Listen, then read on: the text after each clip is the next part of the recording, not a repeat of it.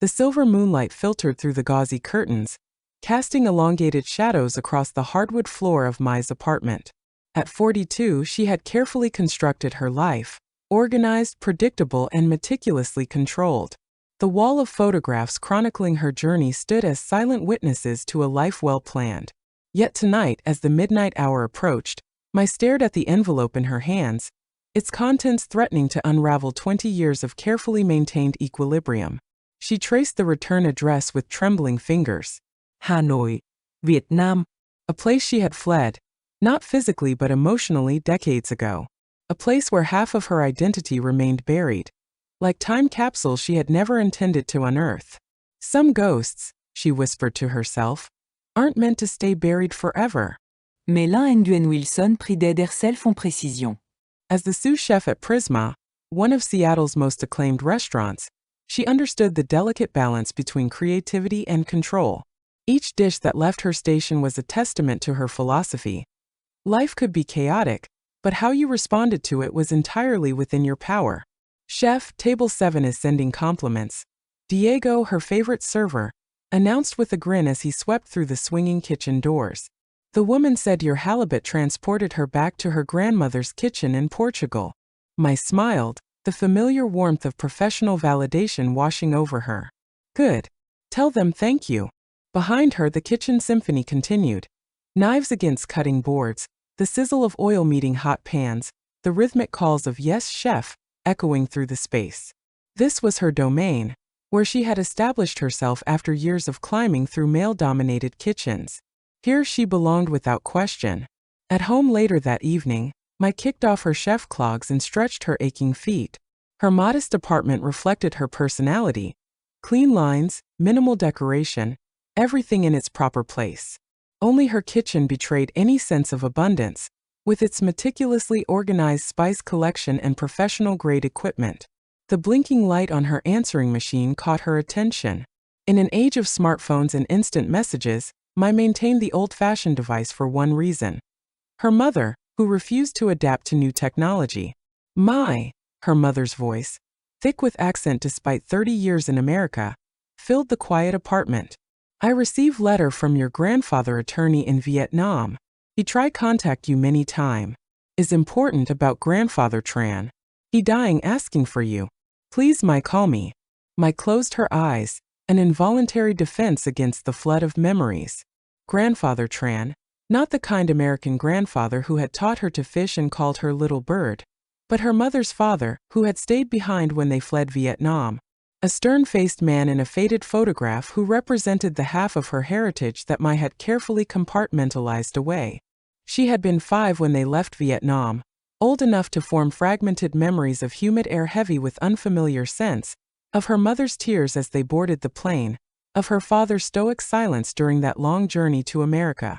Old enough to understand they were leaving something important behind, but too young to fully grasp what it meant to split one's identity across continents. When the letter arrived 2 days later, Mai knew she could no longer avoid this reckoning. The attorney's words were formal but clear. Tran Van Min, her maternal grandfather, was dying. He had asked for her specifically, not her mother but Mai, to return to Vietnam.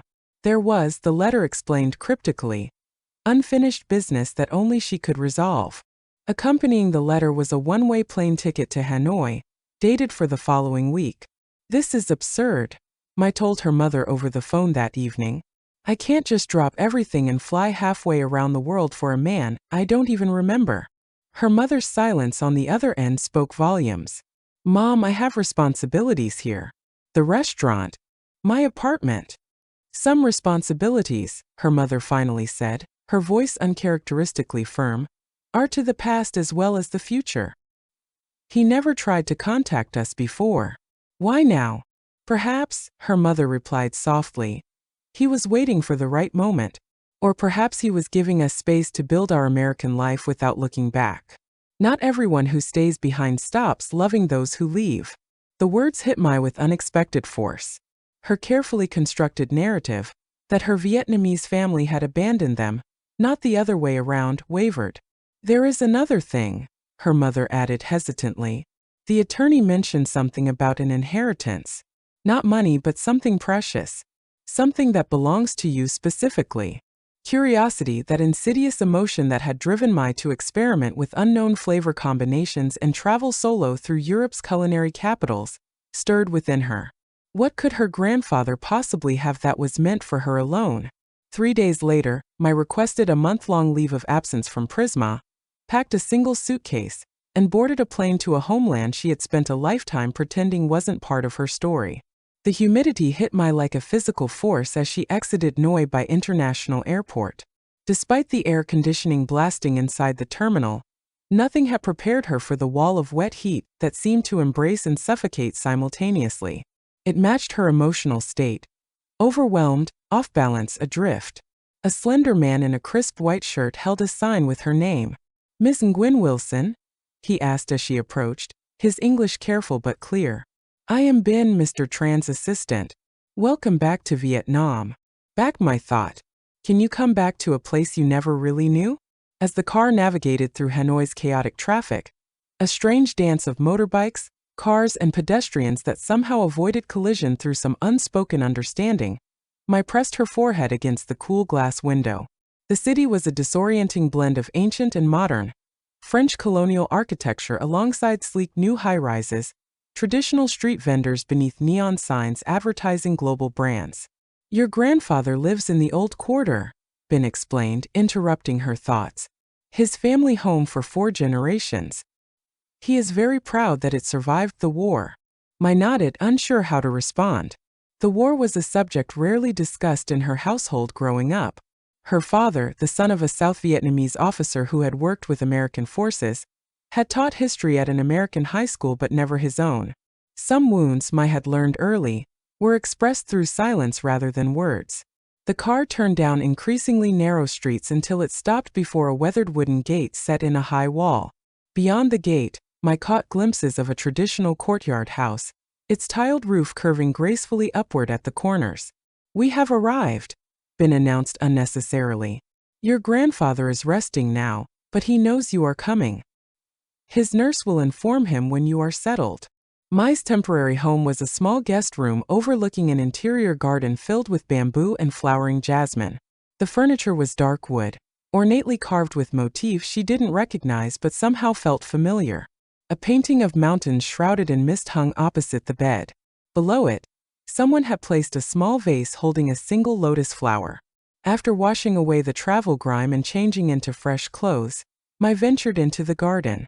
The evening air was thick with floral scents and the distant sounds of street vendors calling out their wares beyond the compound walls. She felt like she had stepped into another dimension, one that existed parallel to her Seattle life, but operated by entirely different rules. "You look like her," a raspy voice observed in Vietnamese. Mai turned to find an elderly woman watching her from a stone bench.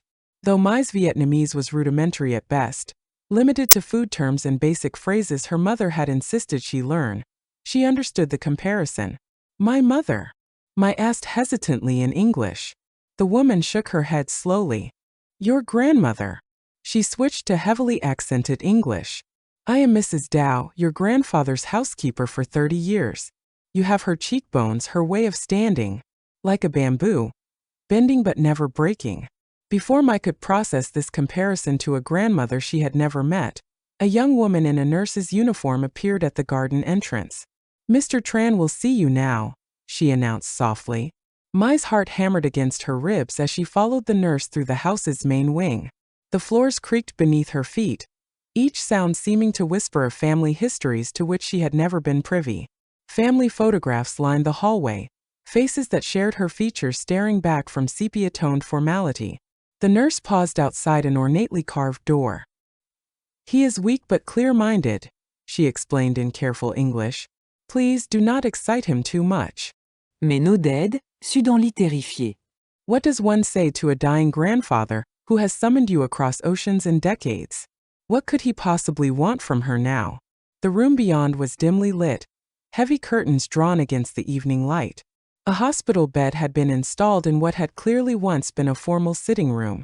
Medical equipment beeped softly, monitoring the frail figure propped up against pillows.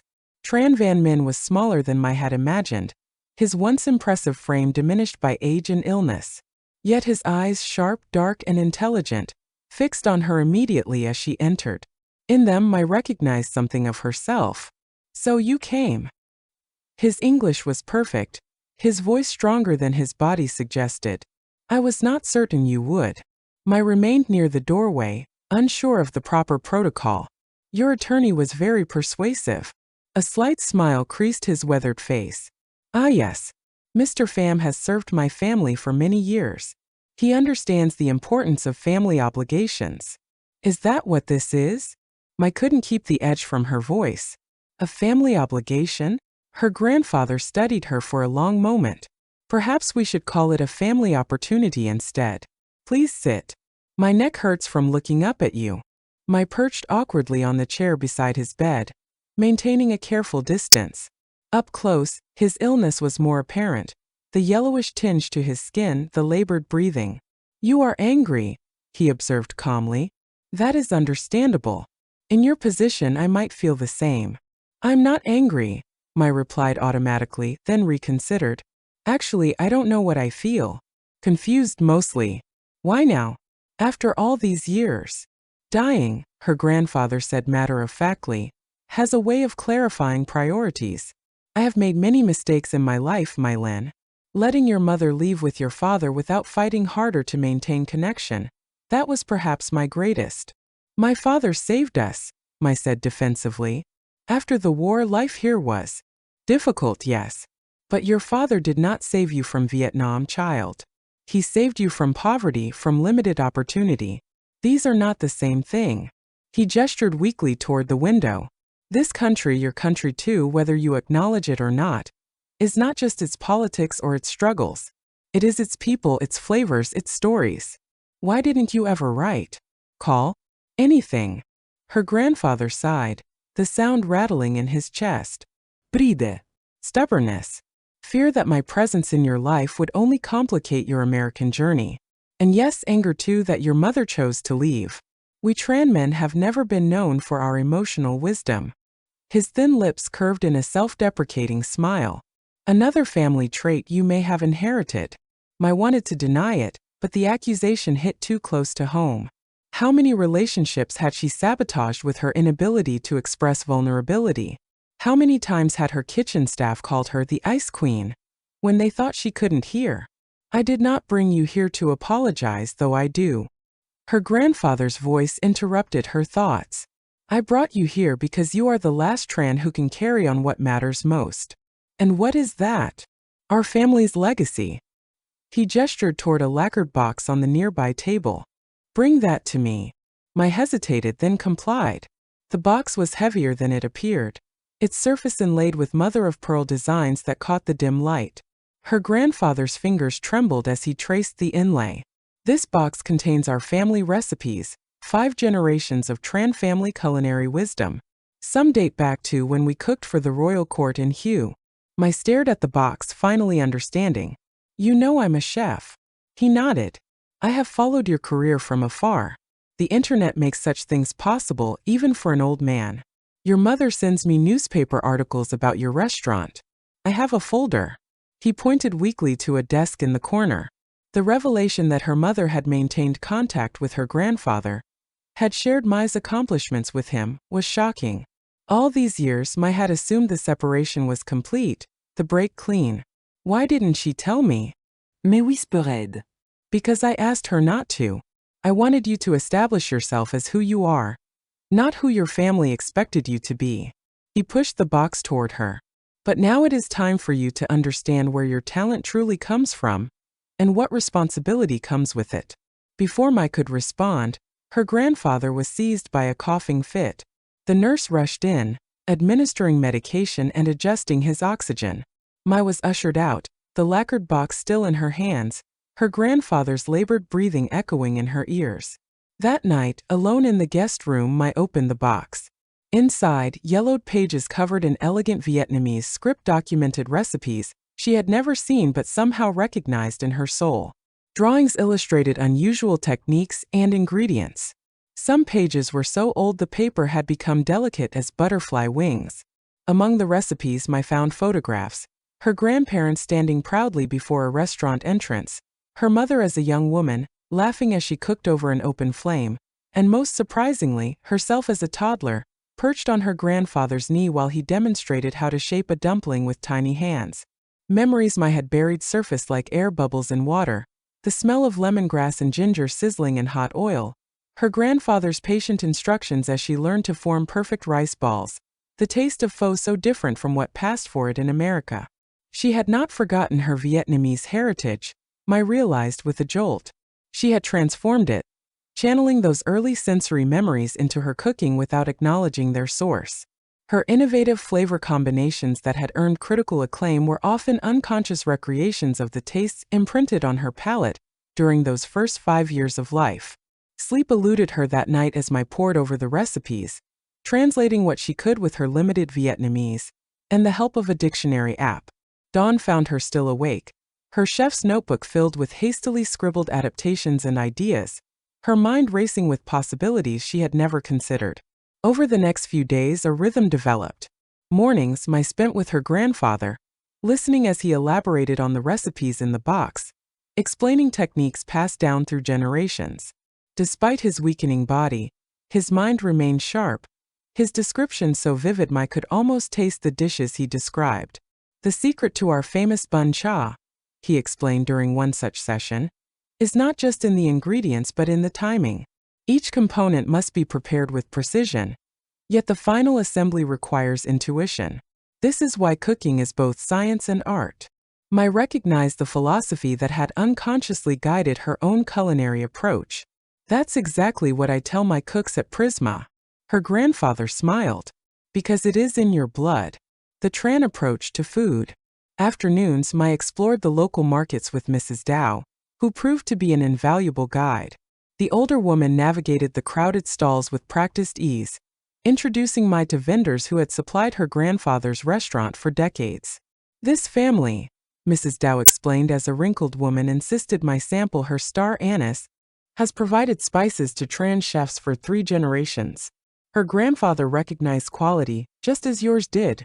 Everywhere they went, people recognized the Tran name. I discovered that her grandfather's restaurant, now closed, had once been among Hanoi's most respected culinary establishments. The recipes in the lacquered box weren't just family heirlooms, they were cultural treasures. Evenings, I experimented in her grandfather's kitchen, attempting to recreate the dishes from the box. Mrs. Dow had been served as willing taste testers, offering gentle critiques that helped me adjust her technique. Close, Mrs. Dow would say, tasting Mai's attempt at caramelized fish. But your flame is too high. Patience, that is what this dish demands. On her 5th night in Hanoi, as Mai presented her most successful recreation yet, a delicate soup of crab, tamarind, and dill that had been her grandmother's signature dish, Ben arrived with grave news. The doctor says it will not be long now, he informed her quietly. Perhaps days, perhaps only hours. Mai abandoned the soup and hurried to her grandfather's room. The medical equipment had multiplied, and her grandfather seemed to have shrunk further into his bedding, his breathing shallow and labored. "My Lin," he whispered when he saw her. "Come closer." She perched carefully on the edge of his bed, taking his frail hand in hers. His skin felt paper-thin, the bones prominent beneath. "The soup," he said, surprising her. "I can smell it from here. Your grandmother's recipe." Mai nodded, throat tight with unexpected emotion.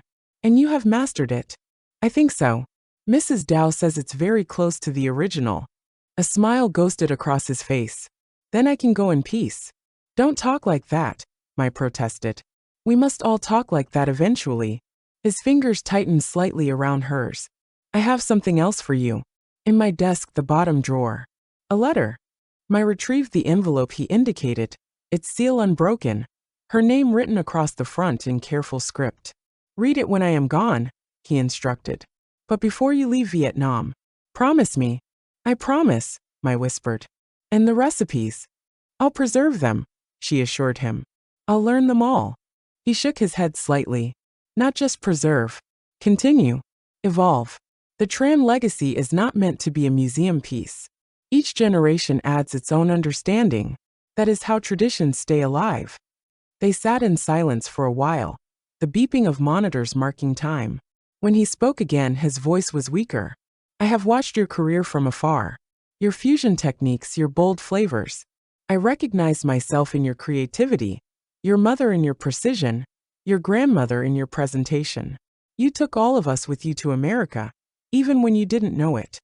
Tears I hadn't realized she was holding back spilled down her cheeks. I wish I had known you sooner. Perhaps this was exactly when we were meant to know each other. His eyes closed briefly, then opened with effort. There is one recipe missing from the box. The most important one. Which one? Our family's fish sauce. The secret ingredient in every Tran dish. 4 or 5 generations, only the head chef of the family has known the exact formulation. He beckoned her closer, his voice dropping to a whisper. It dies with me unless I pass it to you now. For the next hour, as his strength ebbed and flowed, Tran Van Min shared the carefully guarded family secret. The precise ratio of anchovies to salt, the aging process, the addition of a particular bark that gave Tran fish sauce its distinctive character. I recorded every detail, understanding the profound trust being placed in her. As night deepened, so did her grandfather's exhaustion. The nurse insisted he rest, and I reluctantly prepared to leave. My Lin, he called as she reached the door. Remember roots and wings. Your mother taught you to fly. I have given you back your roots. What grows from both is entirely your creation. Her grandfather passed peacefully in his sleep that night.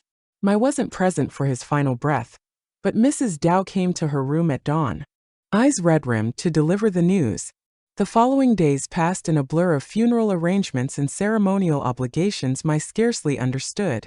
She followed Mrs. Dow's gentle guidance through the traditional Buddhist rites, meeting distant relatives who regarded her with a mixture of curiosity and cautious welcome. You have his determination in your eyes, an elderly grandaunt told her. And your grandmother's hands. Chef's hands. 3 days after the funeral, as Mai was organizing her grandfather's recipes for transport back to America, Ben appeared at her door. Mr. Pham is here to discuss the inheritance, he announced. The attorney, a dignified man in his 60s, waited in what had been her grandfather's study. The legal matters were straightforward.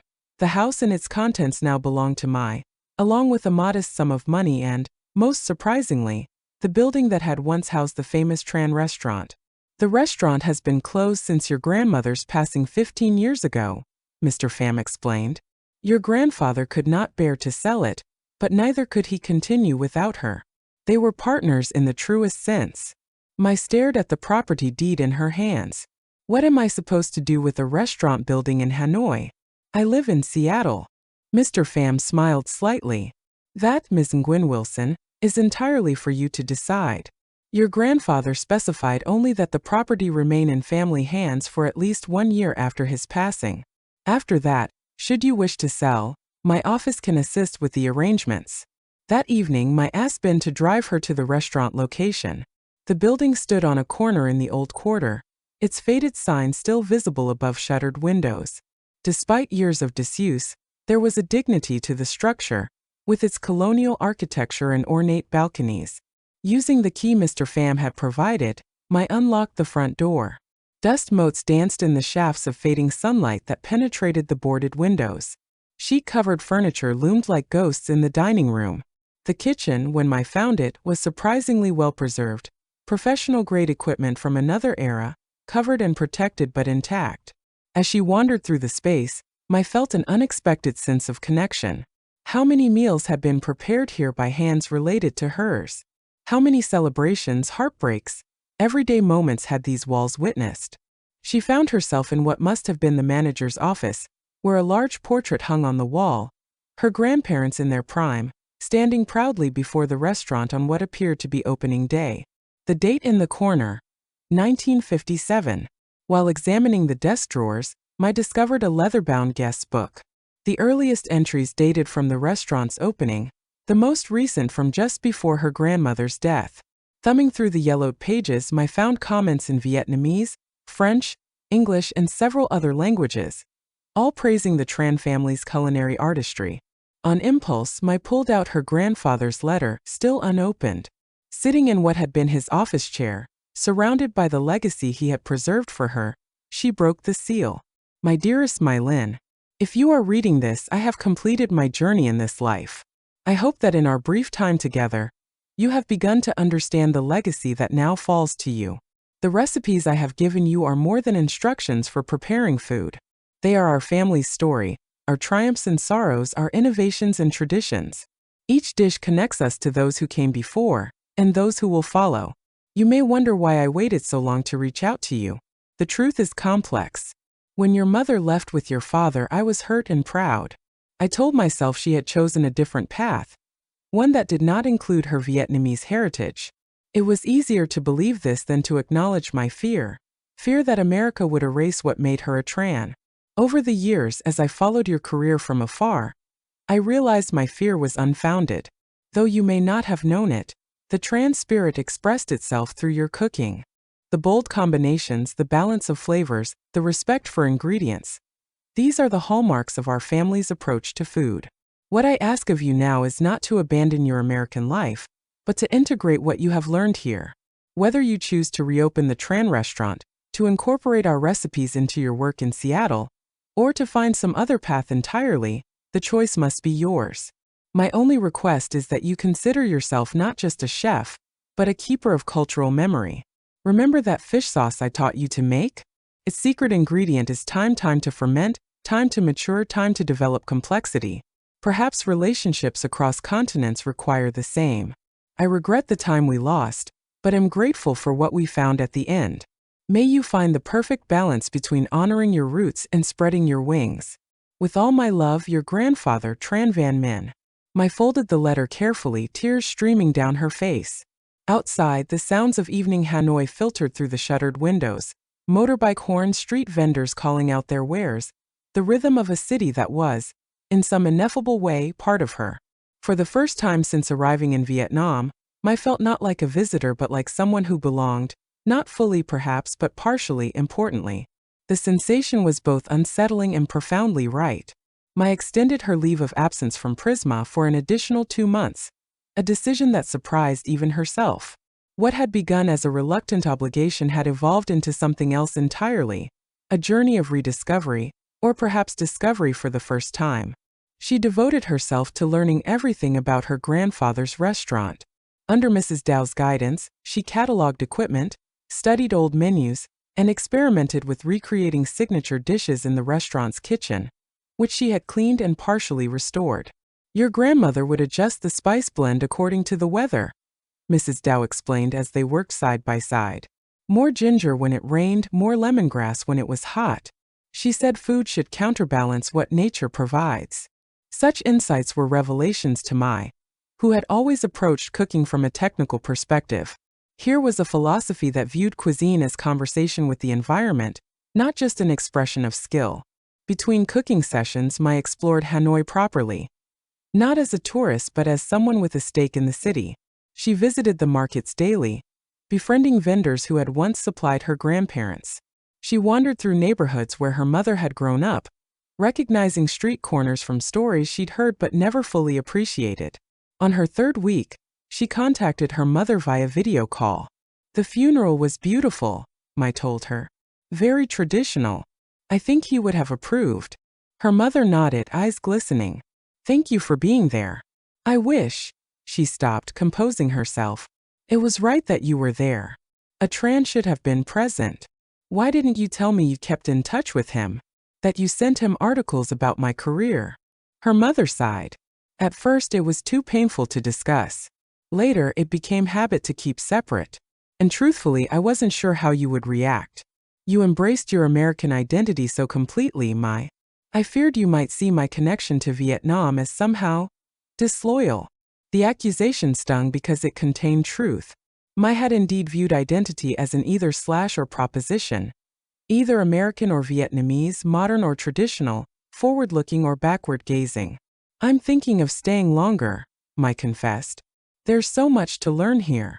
Her mother's surprise was evident. What about your position at Prisma? I've been talking with Chef Marcos. He's surprisingly supportive. Thinks it would bring authentic cultural depth to my cooking. Mai rolled her eyes slightly at the phrasing but appreciated the sentiment. I'm considering reopening grandfather's restaurant, not permanently but as a pop-up. 6 weeks of Tran family cuisine, updated for contemporary palates. Your grandfather would be proud, her mother said softly.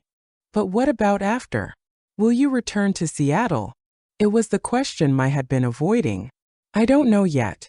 I'm not ready to choose between worlds anymore. The pop-up concept took shape rapidly.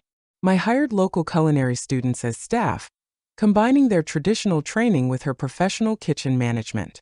She developed a menu that honored the Tran classics while incorporating techniques she had mastered in America. Word spread quickly through Hanoi's food community.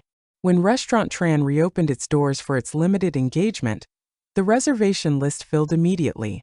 Food bloggers, local chefs, and curious diners lined up for a taste of what was being called heritage cuisine reimagined.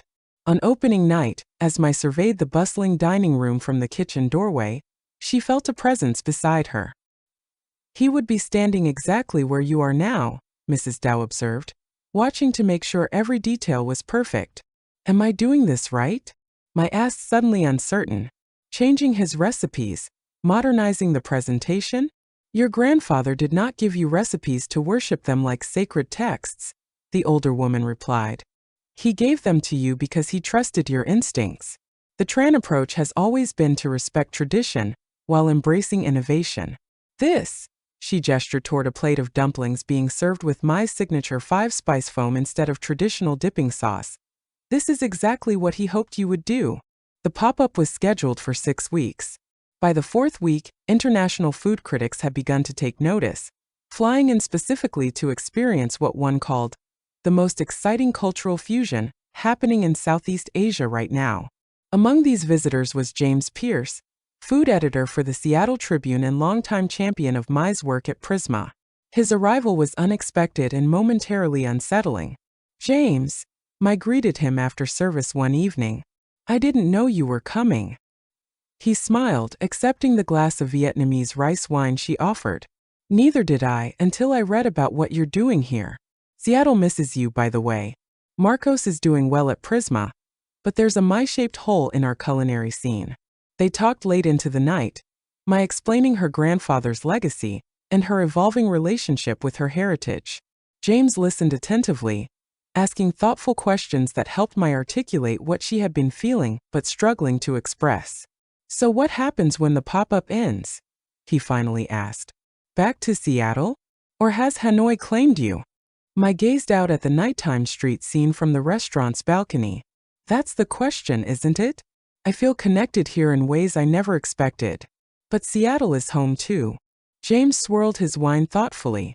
You know, there's been talk about that empty space in the International District, the one across from Wejimaya. It's been sitting vacant since Golden Dynasty closed. Mai knew the location well.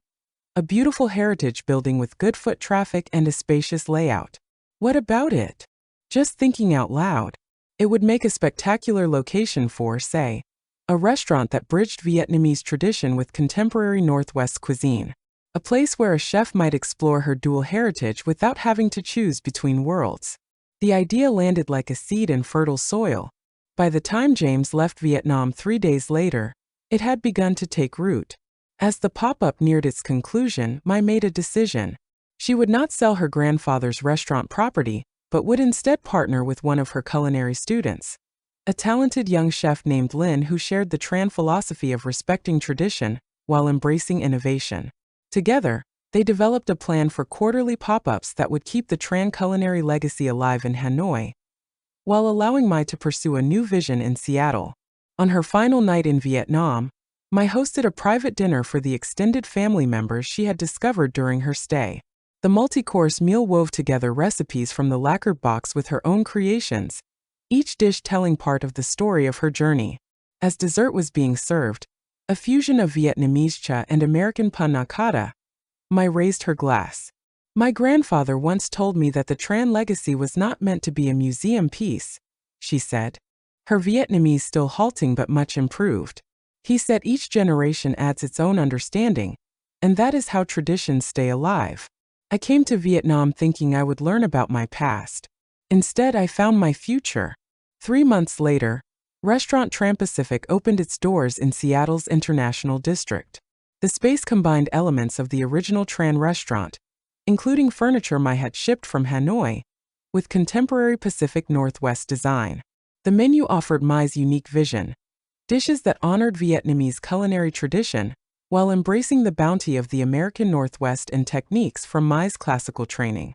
On opening night, as guests marveled at creations like Dungeness crab in lemongrass broth and cedar plank salmon with caramelized fish sauce glaze, Mai stepped briefly into her office.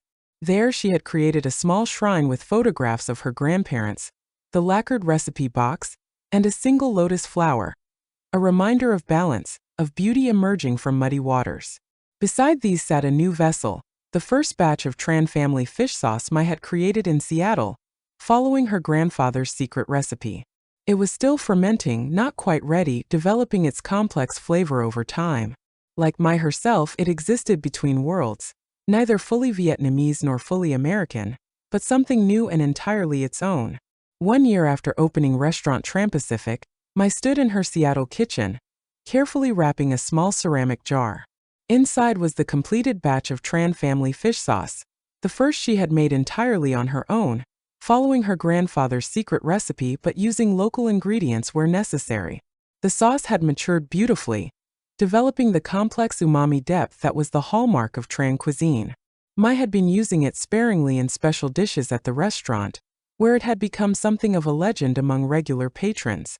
This jar, however, was not for the restaurant. It was destined for Hanoi, a gift for Lin, who had successfully maintained the quarterly Tran pop-up events in the original family establishment. The package would also include detailed notes on how Mai had adapted the process for Seattle's climate and available ingredients, a passing of knowledge that honored tradition while embracing evolution. As she secured the wrapping, Mai's phone chimed with a message from her mother. Landed safely. The house feels different without him, but also the same. We'll call when settled. Her mother had finally returned to Hanoi, her first visit since leaving decades ago. The journey had been Mai's suggestion, a gentle nudge toward reconciliation not just with a place, but with a part of herself long held at arm's length. History isn't just what happened, Mai had told her mother over dinner one evening. It's also how we choose to carry it forward.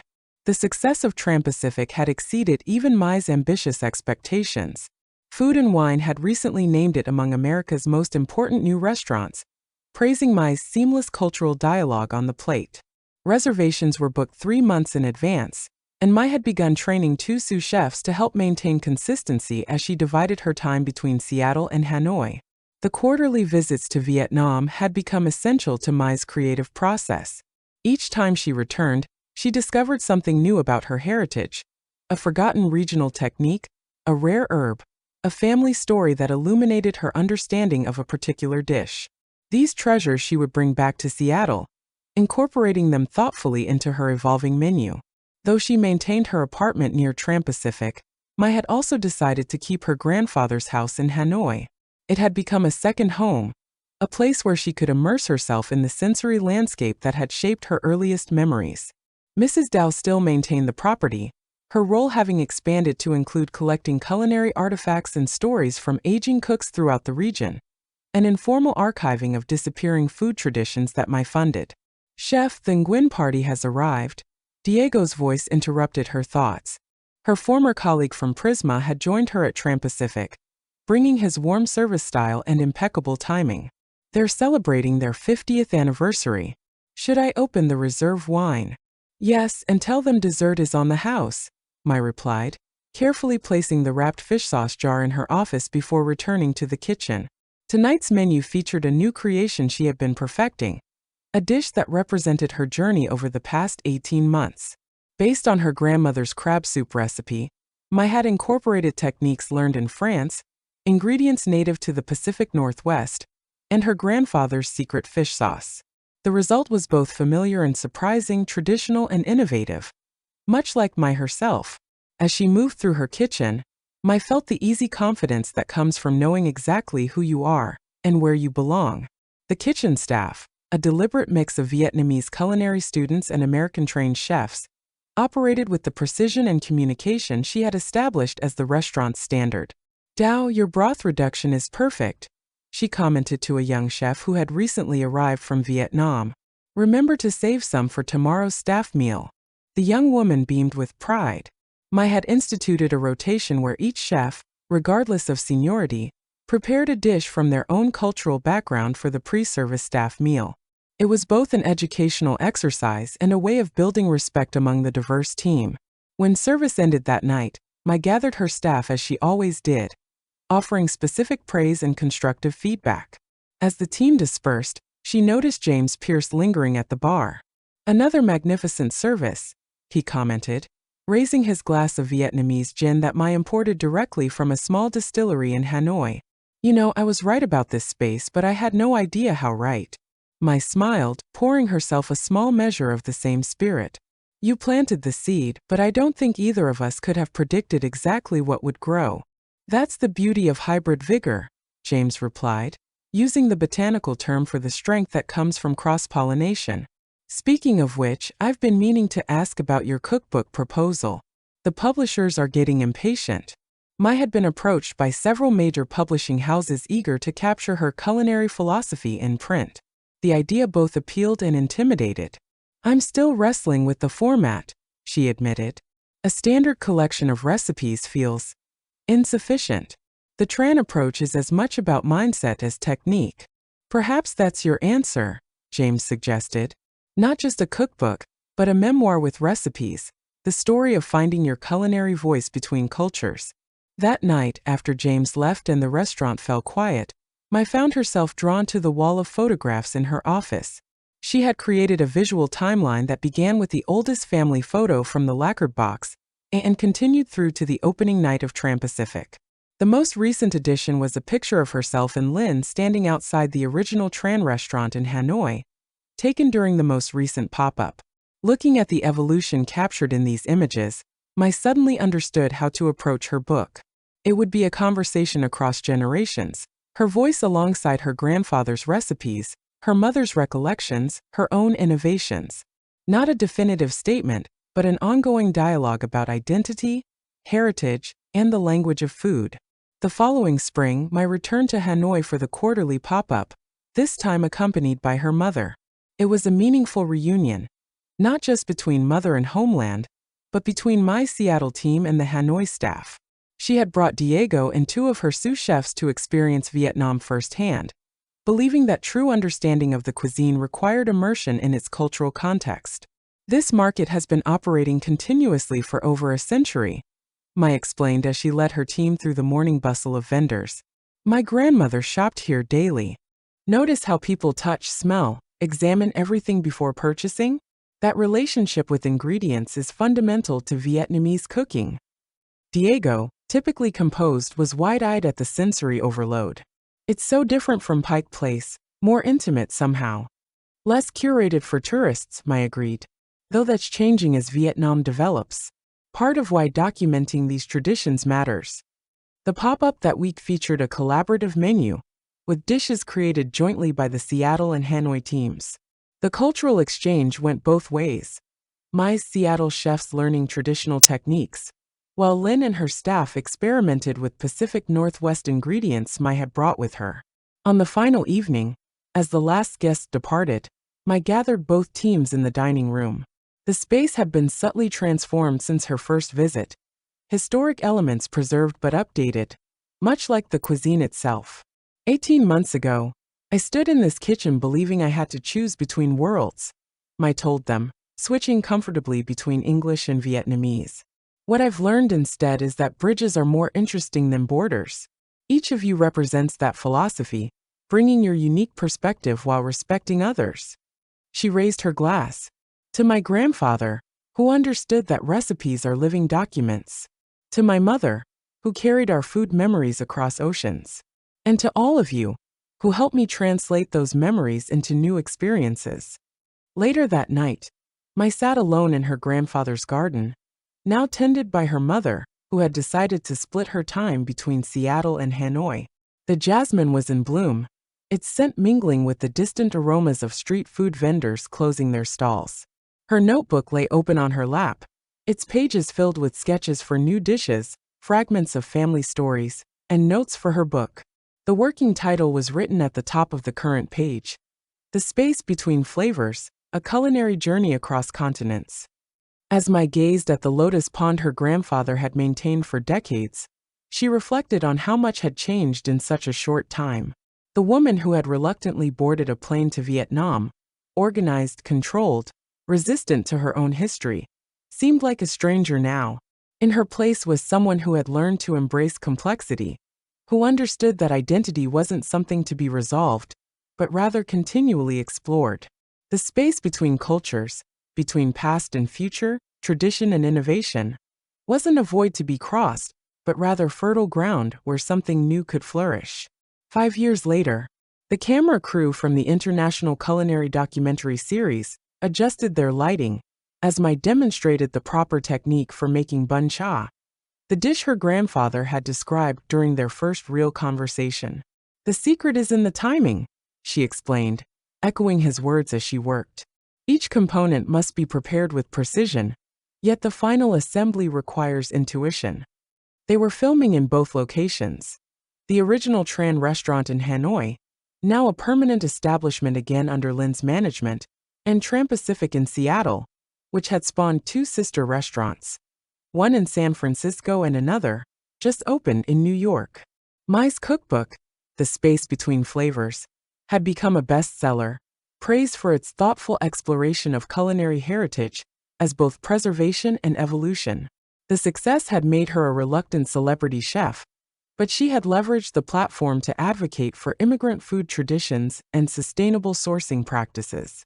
Between segments, as the crew reset, Mai stepped out onto the balcony of the Hanoi restaurant. The city had changed in the years since her grandfather's passing. More modern, more global, yet the essential character remained. Her phone chimed with a message from Diego, now managing the San Francisco location. Press release for the foundation went live, already getting inquiries from culinary schools. The Tran Culinary Heritage Foundation had been Mai's most recent project, a nonprofit dedicated to documenting and preserving traditional food knowledge throughout Vietnam and supporting young chefs from immigrant backgrounds. The foundation provided scholarships, funded research, and created an expanding digital archive of techniques, ingredients, and oral histories.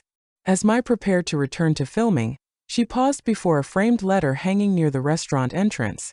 The last page of her grandfather's letter, beautifully calligraphed and translated into both English and Vietnamese. "Remember that fish sauce I taught you to make? Its secret ingredient is time to ferment, time to mature, time to develop complexity. Perhaps relationships across continents require the same." Below it hung a companion piece, words Mai had written in the introduction to her cookbook. "We often speak of food as memory, but it is equally a bridge to the future. Each dish carries echoes of those who created it, even as it evolves in new hands. In the space between tradition and innovation, between the flavors of there and here, we find not just delicious food, but our most authentic selves." The director called Mai back to the kitchen, where Mrs. Dow, now in her 80s but still sharp as the knives she expertly sharpened, waited to demonstrate a technique for the camera. As Mai took her place beside the elderly woman who had become a second mother to her, she felt a sense of completion. Not an ending. Mai understood now that there was no such thing in the continuous thread of cultural transmission, but a moment of perfect balance between past and future, between roots and wings. The space between echoes had become a harmony all its own. In the bustling kitchen of Restaurant Tran, under the watchful gaze of her grandparents' portrait, Mai Linh Nguyen Wilson had finally found that most elusive of culinary achievements: perfect seasoning. Not too much of any one influence, not too little of what made her unique, just the right balance to make something entirely new yet somehow timeless. And like the best dishes, her story would continue to evolve, each iteration adding depth and complexity while honoring what came before.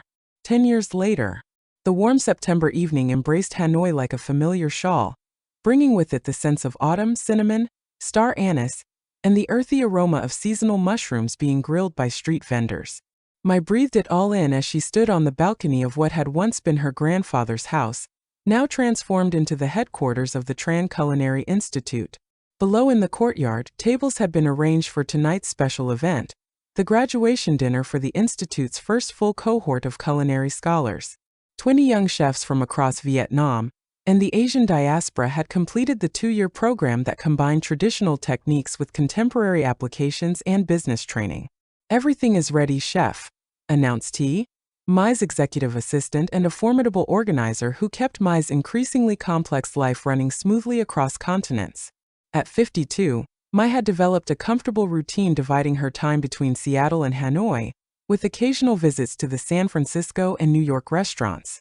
Her hair now featured elegant streaks of silver that she made no attempt to disguise, and reading glasses hung from a chain around her neck, concessions to time that she embraced with the same philosophy she applied to her cooking. Aging should bring depth, not deterioration. "Did the special shipment arrive?" Mai asked, adjusting the collar of her chef's jacket. Though she wore designer clothes for public appearances, in kitchen she still preferred the traditional white uniform, now embroidered with the Tran family crest she had designed, a lotus flower surrounded by culinary herbs. "Thì note that." "This morning, Mrs. Dow has already incorporated it into the dessert course." The special shipment was a batch of marionberries from the Pacific Northwest, a fruit Mai had fallen in love with during her early days in Seattle. Tonight they would feature in a dessert that fused Vietnamese cha with Northwest berry compote, a signature of Mai's cross-cultural approach. Mrs. Dow, now approaching 90 but still insisting on overseeing special meals, had become the Institute's most revered instructor.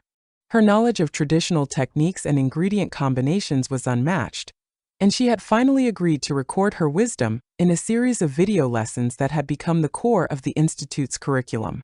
As guests began to arrive, prominent chefs, food journalists, cultural ambassadors, and the graduates' proud families, Mai greeted each personally, moving effortlessly between Vietnamese, English, and the smattering of French she had acquired during stages at Parisian restaurants.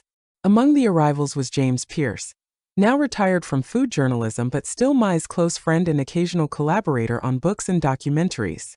With him came Lin, who had expanded the original Tran restaurant into a culinary landmark while maintaining its cultural integrity. "The students are nervous," Lin reported with a smile. "I told them it's good practice for running their own kitchens." "Did you remind them of our first night reopening this place?" Mai asked, recalling their own anxiety before the initial pop-up. "I specifically described how you dropped an entire tray of spring rolls 20 minutes before service," Lin laughed. "Humanizing the great Mai Lin Nguyen Wilson is part of my teaching approach." The meal that followed was a showcase of the Institute's philosophy. Each course demonstrated the dialogue between tradition and innovation, prepared with technical precision but soulful interpretation. The graduating chefs presented their dishes personally, explaining the cultural context and their creative process. As the final course was served, the marionberry cha that symbolized Mai's own journey, she rose to address the gathering. "When my grandfather passed his recipes to me, he said something I've never forgotten. The Tran legacy is not meant to be a museum piece. Each generation adds its own understanding. That is how traditions stay alive." She gestured to the graduates, now standing proudly along the perimeter of the courtyard. "These young chefs represent that philosophy. They honor what came before while seeing possibilities their predecessors could not imagine. Their careers will take them around the world, but they carry Vietnam's culinary heritage in their hands and hearts." After the formal ceremony, as guests mingled and celebrated, Mai found herself standing beside her mother, now in her 80s but still elegant and perceptive. "Your grandfather would be proud," her mother said, surveying the scene, "not just of the Institute or the restaurants, but of how you've interpreted his vision." Mai squeezed her mother's hand. "Our vision now. You were the bridge, Mom. You kept connections alive when it wasn't easy." Later that night, after the guests had departed and the graduates had moved on to their own celebration, Mai sat alone in what had once been her grandfather's study. The space now housed the Institute's growing archive of culinary documents, recipes, techniques, oral histories digitally preserved, but also maintained in physical form. The lacquered box that had started her journey sat in a place of honor, its contents now professionally preserved and translated. Beside it lay Mai's own contributions, 7 cookbooks, countless articles, and the curriculum she had developed for the Institute. On the desk before her lay the prospectus for her most ambitious project yet, a comprehensive digital encyclopedia of Vietnamese culinary traditions that would make centuries of knowledge accessible to cooks worldwide. The Tran Foundation had secured funding for the 10-year project, which would involve researchers throughout Vietnam documenting regional variations and disappearing techniques. As Mai reviewed the proposal, adding notes in the margins, she reflected on the unexpected turns her life had taken since that reluctant journey to a dying grandfather she barely knew. What had begun as obligation had blossomed into purpose. What she had viewed as a complicated heritage had become her greatest strength. The empire she had built, Tran restaurants across 2 continents, the foundation, the institute, the books and programs, none of it had been planned. It had grown organically from a simple commitment to honor roots while spreading wings. A soft knock at the door interrupted her thoughts. T entered with a small package. "This just arrived from Seattle." Diego said, "It's urgent." Mai opened the package to find a small jar of fish sauce and a note. "Made this batch exactly as you taught me. Think it might be even better than yours. The student challenges the master." D. She laughed, recognizing the completion of another cycle. Diego, once her server at Prisma, had become executive chef at Tran Pacific Seattle after years of training under Mai. Now he was mastering the secret family recipe, adding his own subtle interpretation to the tradition. Mai opened the jar and inhaled deeply, analyzing the complex aroma. Diego was right, there was something special about this batch. A new note, something he had intuited rather than been taught. The tradition was evolving once again. She made a note to herself. When she returned to Seattle next month, she would have Diego teach her his variation. The best teachers remained eternal students. Outside, the sounds of nighttime Hanoi filtered through the open window, motorbikes, distant music, vendors calling out the last offerings of the day. These sounds, once foreign, now registered as a kind of music, the ambient soundtrack of her dual existence. On her desk calendar, Mai noted her upcoming commitments: cookbook signings in Singapore, a collaborative dinner with a renowned French chef in Paris, the opening of a new training restaurant in Ho Chi Minh City where institute graduates could refine their skills before entering the industry. Between these professional obligations were personal ones: her mother's birthday celebration, a weekend spa retreat with friends from both continents, time blocked out simply for experimentation in her home kitchen, the creative play that kept her culinary imagination alive. The life she had created was complex, demanding, and rich with meaning, not unlike the fish sauce that had become symbolic of her journey. What had once seemed impossibly foreign was now essential to her identity. What had once felt like a burden had become her greatest gift to the world. Mai closed her notebook and stood, looking out at the Hanoi night. In the distance, she could see the illuminated signs of international chains alongside traditional food stalls, the same juxtaposition of old and new that she had come to embody in her cooking and her life. Tomorrow she would teach a masterclass on reinventing classic dishes. Next week she would fly back to Seattle to oversee seasonal menu changes. The month after, she would host a symposium on preserving culinary heritage in the digital age. But tonight, in the quiet of her grandfather's study, surrounded by the accumulated wisdom of generations, Mai Linh Nguyen Wilson was simply grateful for the grandfather who had summoned her across oceans, for the mother who had carried traditions in her heart, and for the younger self who had reluctantly opened an envelope and found within it not just recipes but identity. The space between echoes had become her home, not a void to be crossed but fertile ground where past and future, east and west, tradition and innovation could harmonize in perfect balance.